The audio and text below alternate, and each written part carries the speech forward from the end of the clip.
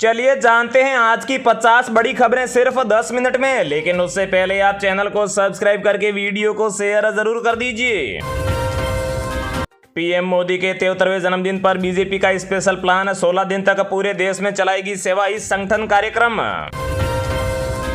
PM Modi की काशी को बड़ी सौगात देने जा रहे हैं सीएम योगी, बनारस को मिलेगा एक और मेडिकल कॉलेज। मनमोहन सरकार ने चुनाव में वक्फ बोर्ड को दे दी थी दिल्ली की 123 संपत्तियां, अब मोदी सरकार ने ले ली है वापस। प्रधानमंत्री नरेंद्र मोदी के जन्मदिन पर होगा आदि शंकराचार्य की मूर्ति का लोकार्पण, साथ ही में पीएम आएंगे ओंकारेश्वर। सर्वे में हुआ बड़ा खुलासा, 80% भारतीयों को अब भी पीएम मोदी पर है भरोसा, साथ ही में दुनिया में भारत का कद भी बढ़ा। अधीर रंजन चौधरी ने विशेषाधिकार समिति के सामने मांगी माफी, लोकसभा में सस्पेंशन हटा, साथ ही में संसद में पीएम मोदी पर इन्होंने की थी गलत टिप्पणी।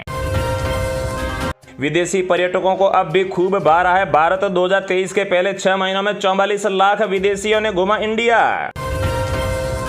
चंद्रयान 3 की सफलता देख इसरो का मुरीद हुआ रूस, चीन का दामन छोड़ रूसी अंतरिक्ष एजेंसी रोसकोसमोस ने भारत के इसरो के साथ अंतरिक्ष के क्षेत्र में द्विपक्षीय समझौता किया।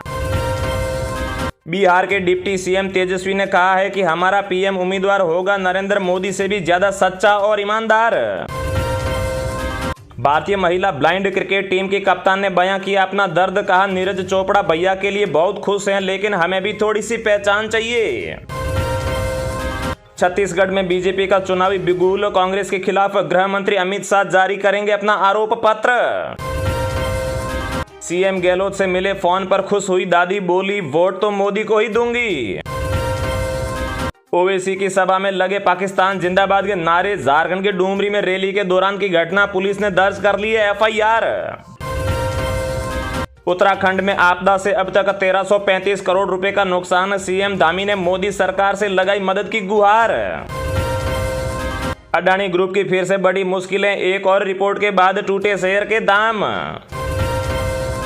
एलपीजी सिलेंडर के बाद मोदी सरकार देने जा रही है एक और तोहफा, जल्दी मिल सकती है पेट्रोल डीजल पर बड़ी राहत। चीन के नक्शे पर राहुल गांधी बोले लद्दाख पर पीएम मोदी बोल रहे हैं झूठ, कांग्रेस ने G20 में चीन को घेरने की भी मांग की। उत्तर प्रदेश के डिप्टी सीएम केशव प्रसाद मौर्य ने कही बड़ी बात, चीन और पाकिस्तान पर फिदा है राहुल गांधी।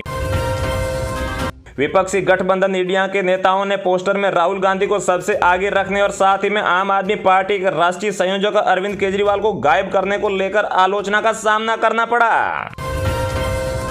चौकीदार और मोहब्बत के दुकानदार सब एक जैसे, ओवैसी ने पीएम मोदी और राहुल गांधी पर कसा तंज। नए सेवा कानून को लेकर केजरीवाल का केंद्र पर हमला, बोले चुनी हुई सरकार का आदेश नहीं मान रहे अफसर। एक और अफ्रीकी देश में तख्ता पलट, चुनाव में विजेता घोषित होते ही राष्ट्रपति बंधक, सेना ने टीवी पर करी घोषणा। गैस सिलेंडर के कम दामों की घोषणा के पहले ही दिन बुकिंग में 50% तक का हुआ इजाफा। एलन मस्क का बड़ा ऐलान, अब एक्स यानी कि ट्विटर से कर सकेंगे ऑडियो और वीडियो कॉल। कांग्रेस ने किया दिल्ली प्रदेश अध्यक्ष का ऐलान, अरविंद सिंह लवली को मिल गई कमान। फ्री फायर के फैंस के लिए बहुत ही बड़ी खुशखबरी, लंबे इंतजार के बाद भारत में खास वर्जन के साथ 5 सितंबर को होगी धमाकेदार एंट्री। मोदी सरकार का चौंकाने वाला फैसला, अगले महीने 18 से 22 सितंबर के लिए बुलाया संसद का स्पेशल सत्र। मध्य प्रदेश सरकार का बड़ा फैसला, सावन में गैस सिलेंडर खरीदने वाली महिलाओं के खाते में वापस मिलेंगे 500 रुपए। हरियाणा सरकार ने अंत्योदय परिवारों के लिए बिल माफी योजना की शुरुआत करने का किया है फैसला। इस योजना के तहत प्रार्थी को केवल पिछले 12 महीनों की मूल राशि का ही भुगतान करना पड़ेगा, जो कि अधिकतम 3600 रुपए होगी। सुप्रीम कोर्ट का बड़ा फैसला, शादी टूटने के कगार पर हो और उसे बचाने की कोई भी गुंजाइश ना हो तो ऐसे में पति पत्नी को एक साथ रखना है क्रूरता के समान। केंद्र सरकार ने सुप्रीम कोर्ट में कहा, हम किसी भी समय जम्मू कश्मीर में चुनाव कराने को लेकर हैं तैयार। 2024 के लोकसभा चुनाव के लिए बीजेपी जल्द ही देश भर में सोशल मीडिया के जरिए संपर्क अभियान चलाएगी, जिसका नाम मिशन शंखनाद रखा गया है। पेंशनर्स को शिवराज सरकार की सौगात, महंगाई भत्ता 4% बढ़ा, आदेश भी हुआ जारी। रसोई गैस की गिरी कीमतों से डिस्ट्रीब्यूटर नाराज, हर एजेंसी को 1 से 2 लाख रुपए तक का हो रहा है नुकसान, अध्यक्ष बोले ऑयल इंडिया करें भरपाई। चलिए अब जानते हैं जो आम आदमी के काम की और फायदे की खबरें हैं उनको विस्तार से।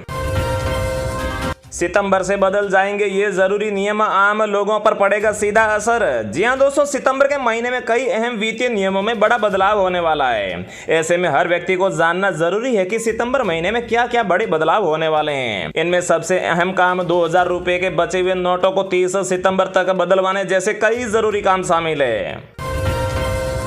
अगर सबसे पहले बदलाव की बात करें तो गैस सिलेंडर की कीमत में बड़ा बदलाव। जी हां दोस्तों, केंद्रीय कैबिनेट ने एलपीजी सिलेंडर पर 200 रुपए की सब्सिडी का ऐलान किया है। उज्ज्वला योजना के लाभार्थियों को यह लाभ पहले से ही मिल रही 200 रुपए की सब्सिडी के अलावा अलग से मिलेगा। ऐसे में इस योजना के लाभार्थियों को प्रति सिलेंडर 400 रुपए का लाभ होने वाला है। सरकार ने इस अहम फैसले का ऐलान अगस्त में ही कर दिया है। ऐसे में अब आप सितंबर से सिलेंडर बुक करेंगे तो आपको प्रति सिलेंडर 200 रुपए कम का भुगतान करना पड़ेगा।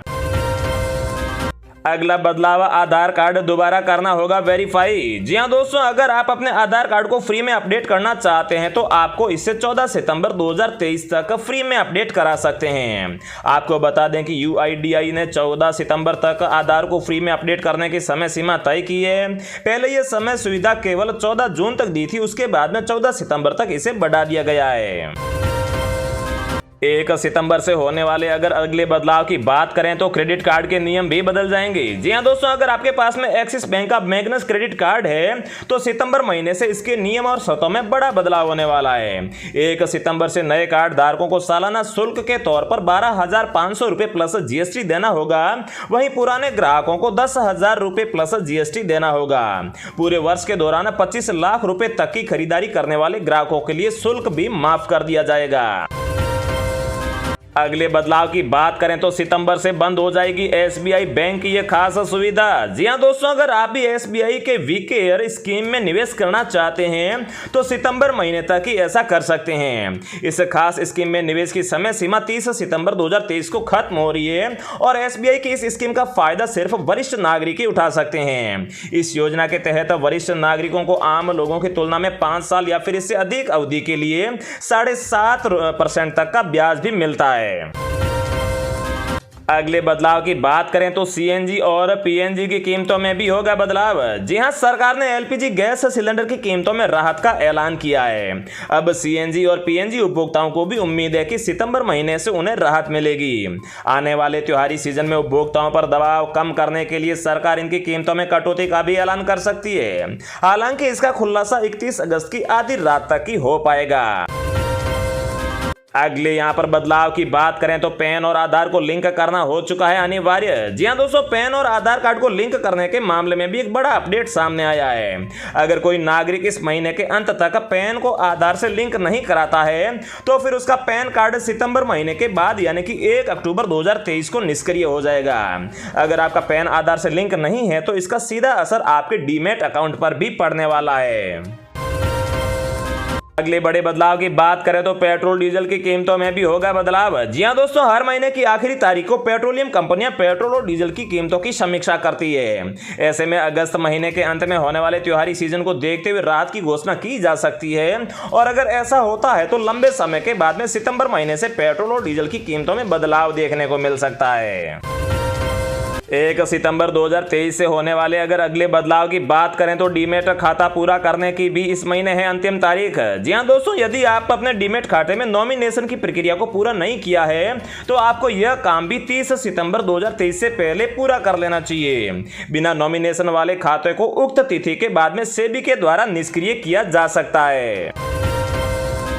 अगली बड़ी खबर की बात करें तो चीन ने नए नक्शे पर भारत की आपत्ति का दिया जवाब, ताइवान ने भी कर दिया है आगाज। जी हां दोस्तों, इस नक्शे पर ताइवान के विदेश मंत्री की भी प्रतिक्रिया आ चुकी है। 28 अगस्त को चीन ने एक नया नक्शा जारी किया था, इसे चीन ने स्टैंडर्ड मैप बताया है।